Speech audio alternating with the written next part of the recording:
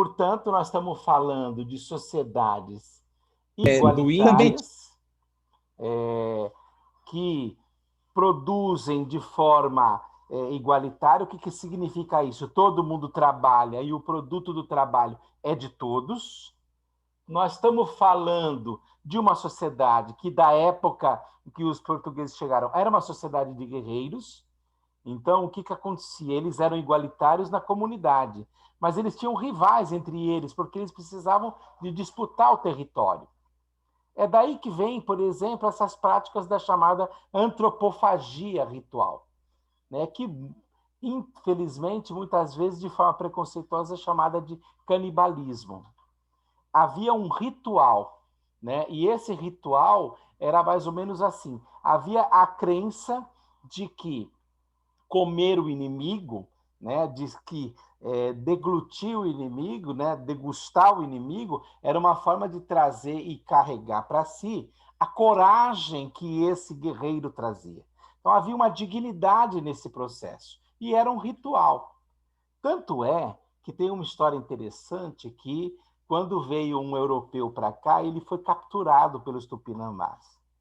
E ele passava, e ele não era comido. Sabe por que ele não era comido? Porque toda vez que avisavam ele que ia chegar o momento da sua decapitação e da sua morte, ele danava a chorar. Ele chorava desesperadamente, entrava em pânico, desespero. Aí os tupinambás falavam: não, mas nós vamos comer isso aqui, nós vamos virar tudo covarde, nós vamos virar tudo gente sem nenhuma coragem, né? Então, não era isso que eles queriam, né? Então, havia uma questão ritual aí, então, que não combinava com o modo de vida dos povos que aqui chegavam. Haviam vários mitos de origem, como eu falei para vocês ali, da Terra Sem Males.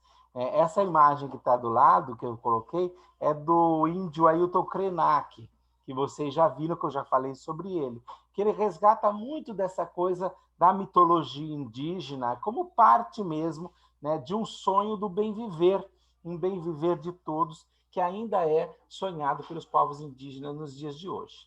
E a grande questão, e uma das grandes questões que estão colocadas com relação à questão indígena ainda nos dias de hoje, é o problema da terra.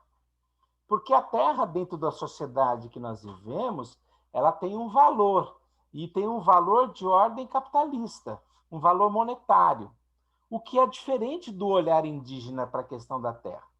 Tem um famoso texto indígena lá da sociedade, um famoso texto indígena lá da região, por exemplo, dos Cheyennes, lá nos Estados Unidos, que conta que esses povos indígenas eles tinham uma outra maneira de ver a questão da terra. Inclusive, muitos desses povos, eles olhavam para a questão da terra e diziam: peraí, como assim eu sou dono da terra? Na verdade, eu não pertenço à terra, né?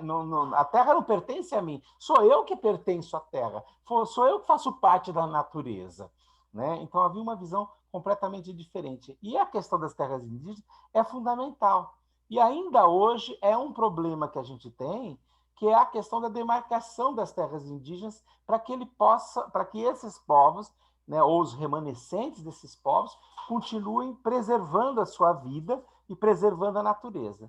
Para a gente entender isso um pouco melhor, eu vou passar para vocês um pequeno vídeo da professora Lili, né? A Lilia Moritz Schwartz, é uma professora da Universidade de São Paulo, e nesse vídeo ela fala sobre as terras indígenas. A Fundação Nacional do Índio, a FUNAI, foi criada em 1967 para identificar, delimitar, regular e monitorar as terras indígenas. De acordo com a FUNAI, existem 462 terras indígenas regularizadas e que representam cerca de 12,2% do território nacional. O presidente Jair Bolsonaro decretou agora que a FUNAI não pertence mais ao Ministério da Justiça. Ela foi para a pasta do Ministério dos Direitos Humanos. Como é que essa mudança pode interferir diretamente na preservação dos povos nativos brasileiros? Atualmente, 130 terras estão em processo de demarcação e correm o risco de ter a sua regularização barrada justamente pelo atual governo. A disputa de terras no Brasil está entre os fatores que trazem mais mortandade no país.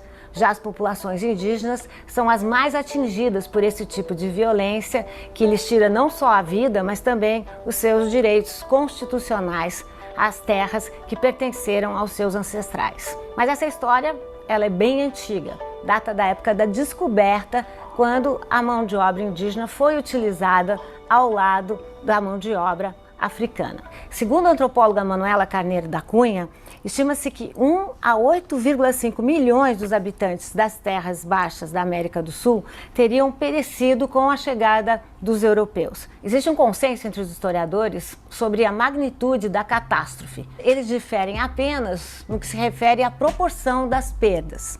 Para alguns, de 1492 a 1650, a América teria perdido 1/4 da sua população.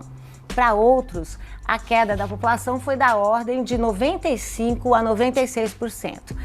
Em ambos os casos, ocorreu um verdadeiro genocídio. Desde a época da colonização até os dias de hoje, tem se mantido uma atitude em relação às populações indígenas do Brasil. Os políticos imaginam que eles não têm direito à propriedade e à sua autoafirmação. Ora, também se procura fazer desses povos sem história, como se a única história na que eles deveriam ser incluídos teria que ser a história dos brancos colonizadores e europeus. Um bom exemplo desse tipo de perspectiva pode ser encontrado no romance Iracema, de José de Alencar, dos anos 1865. Iracema é uma nativa, uma jovem tupi, que se apaixona pelo Martim, que é um guerreiro europeu, dá à luz a Moacir, seu filho, que quer dizer justamente filho do sofrimento. O suposto desse romance é que a indígena vai morrer para que a nação ocidental, civilizada, sobreviva. Não é à toa que o nome Iracema representa um anagrama de América. Essa perspectiva vai adentrar também os tempos da República. Na República, o assim chamado problema indígena não é mais tanto um problema de mão de obra para ser utilizada na agricultura, e se transforma em outro problema igualmente sério, que é a questão da posse e propriedade de terra no Brasil. Agora, o objetivo era a conquista territorial justificada a partir da noção de segurança dos colonos. As diretrizes eram duas: ou excluir, matar os índios bravos, ou então incluí-los na civilização, que significava de alguma maneira subjugá-los. As velhas práticas não têm mudado muito no Brasil. O que se alterou foi, de fato, o conceito de integração, com o Estado procurando trazer as populações indígenas para dentro da nação, porém buscando também descaracterizá-las. O tema também anda particularmente quente nesse momento, com os políticos, os industriais, as mineradoras, os empresários do agronegócio, particularmente interessados na questão indígena e, sobretudo, atualizando os mesmos argumentos que nós temos visto já apareciam no passado. Esses são povos que, desde a época pré-colombiana, contribuem para o enriquecimento dos solos e para a cobertura da floresta. Eles cultivam batata doce, cará, amendoim, cacau, mandioca, abóbora e uma imensidade de variedades agrícolas. Mesmo assim, essa continua sendo uma questão crônica e aguda no Brasil, sobretudo nesse contexto que nós vivemos agora de afetos e ódios muito polarizados. Democracia é um processo de construção de consensos.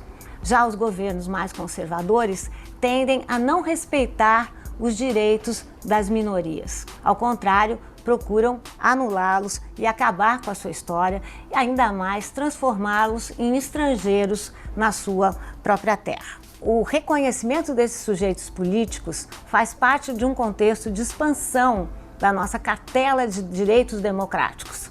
Já a regressão a interesses individuais faz parte de um outro movimento, de um movimento autoritário, mesmo que diga reconhecer um processo democrático.